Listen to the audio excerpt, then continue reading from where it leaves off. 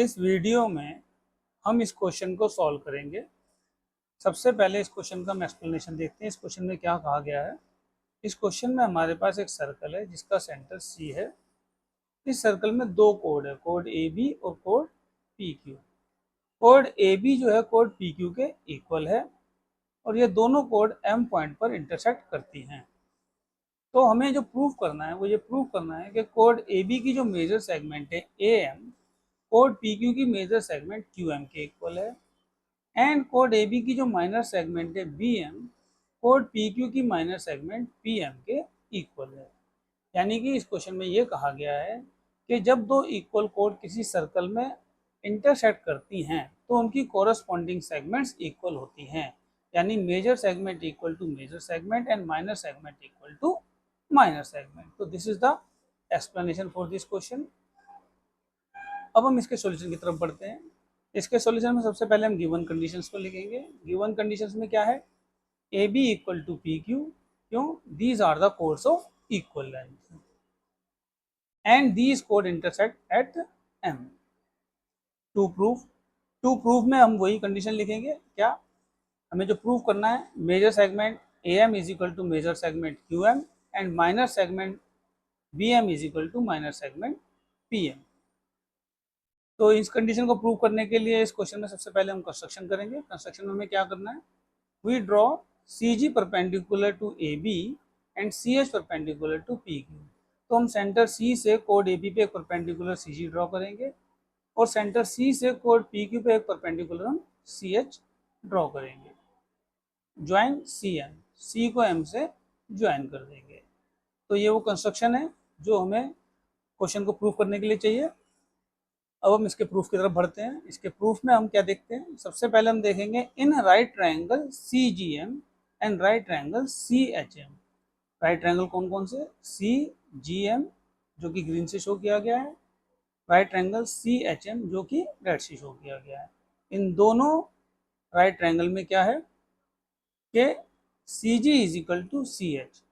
C G is equal to C H क्यों, distance of equal chords from centre are equal. मतलब कि किन्हीं दो इक्वल कोड्स, जब कोई दो कोड्स इक्वल होती हैं तो सेंटर से उनका डिस्टेंस भी इक्वल होता है, इसीलिए C G is equal to C H. अब C M is equal to C M क्यों, क्योंकि ये दोनों ट्रायंगल में कॉमन है। तो it is common in both the triangle. Angle C G M, अब देखो angle C G M is equal to angle C H M, दोनों एंगल 90 डिग्री के हैं। इसलिए right triangle C G M congruent to right triangle C H M by RHS rule. तो ये दोनों right triangle congruent हो जाते हैं आरएचएस रूल के हिसाब से। आरएचएस रूल का मतलब इन्हीं दो राइट ट्रायंगल में जब राइट एंगल, हाइपोटेन्यूज और एक साइड इक्वल होती है तो दोनों ट्रायंगल क्या होते हैं, कॉन्ग्रुएंट। अब दो ट्रायंगल जब कॉन्ग्रुएंट हैं तो उनकी जो कॉरस्पॉन्डिंग साइड्स हैं जैसे कि जी एम और एच एम, यानी कि ये दोनों राइट ट्रायंगल में हैं, जी एम और एच एम ये दोनों आपस में इक्वल होंगी। और इस कंडीशन को हम इस तरह से लिखेंगे by C P C T. C P C T का मतलब corresponding parts of congruent triangle. जब दो ट्रायंगल कॉन्ग्रुएंट होते हैं तो उनके कॉरस्पॉन्डिंग पार्ट्स भी इक्वल होते हैं। तो हमने इन दोनों ट्रायंगल में ये जो है ऑब्टेन कर लिया कि G M is equal to H M है। अब हम आगे बढ़ते हैं। हमें तो प्रूफ ये करना है कि A M is equal to Q M and B M is equal to P M. तो पहले हम बोर्ड को थोड़ा साफ इसको जगह बना लेते हैं। अब मैं इस फिगर को हम दोबारा से ड्रॉ करते हैं और जो कंस्ट्रक्शन वाला पार्ट है इसको हटा देते हैं।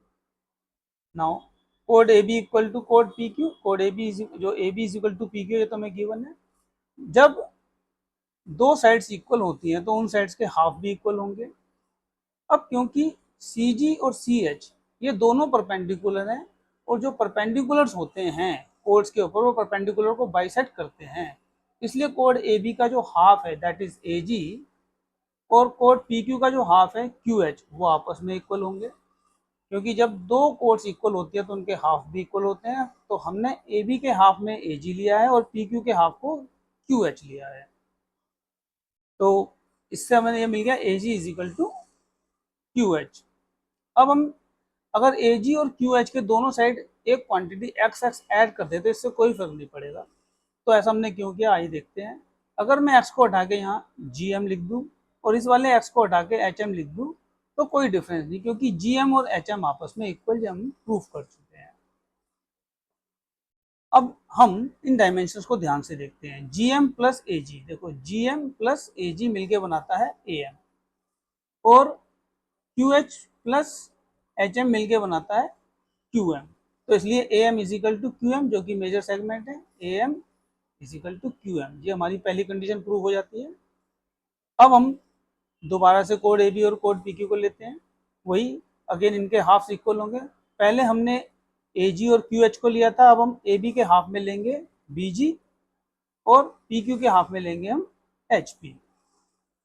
अब BG में से हम GM और HP से हम HM को सब्ट्रैक्ट कर देंगे तो भी ये दोनों क्वांटिटी इक्वल रहेंगी। क्यों?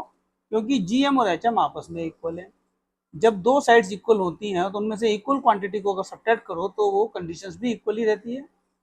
अब हम इसको डायमेंशंस को ध्यान से देखेंगे। BG माइनस GM, और फिगर में देखें BG माइनस GM, BG में से अगर GM हटाएंगे तो क्या बचेगा BM, और HP माइनस HM, HP में से हम HM को हटाएंगे तो क्या बचेगा PM, तो BM is equal to PM। तो ये क्या देखा हमने, कोर्स की माइनर सेगमेंट है, BM is equal to PM, जो हमारी सेकंड कंडीशन प्रूव हो जाती है। इसलिए हेंस प्रूव, यानी कि दोनों कंडीशन हमारी अब प्रूव हो जाती हैं। तो this was the solution for this question.